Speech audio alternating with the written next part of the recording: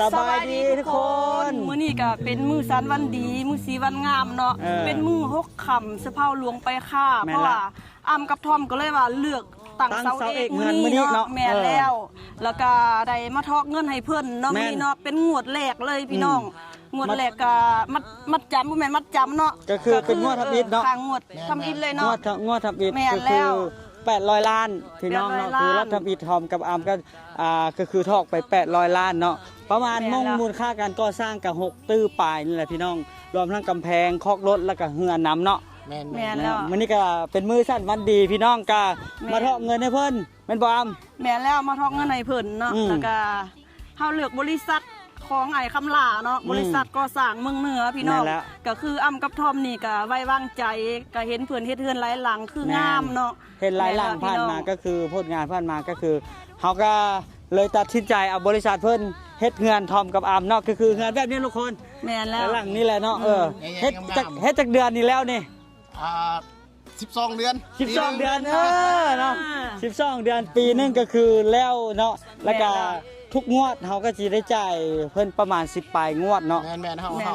ทางเฮาจะแบ่งเป็นหน้าเวียกจะบ่เฮ็ดเป็นเปอร์เซ็นต์เนาะให้มันเข้าใจง่ายนำกันทั้งฝ่ายอันนี้ก็คือเป็นงวดทะเบียน800 ล้านพี่น้อง35,000 เหรียญเนาะถ้าพายอยากเฮ็ดเฮือนงามๆเนาะถ้าพายอยากเฮ็ดเฮือนงามๆอยากได้แบบงามๆก็โอ้ร่วมกับเพิ่นได้เนาะราคาเป็นกันเองพี่น้องแม่นแล้วออกแบบฟรีแล้วก็ค่างวดได้บ่ทันก็ติ๊กนี้ได้เนาะงวดได้บ่ทันก็โจกกันย่านกันได้เพิ่นว่าเนาะได้อ้ำนี่จะเอาอยู่ที่ว่าประมาณก็คือ6เดือนว่าเหลือปีนึงถ้าว่ามีหลายก็สิทอกหลายเนาะก็คือทอมกับอ้ำตั้งเป้าหมายเฮ็ดเฮือนนี่ก็คือ1 ปีกับ4 เดือนก็คือ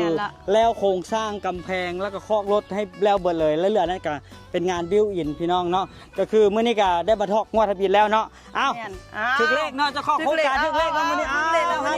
วนับเลยเงินรวยพอดีว่ามื้อนี้ก็เป็นมื้อสันวันดีคือว่าเลยเนาะเป็นมื้อ6 ค่ำเป็นมื้อ6 ค่ำเพราะว่าอ้ำหันถือเนาะมื้อ6 ค่ำนี่สิเผาหลวงไปค่าแล้วก็การขายก็คือเฮ็ดให้เฮาราบลื่นแบบว่าคืออ้ำก็คือกันเนาะ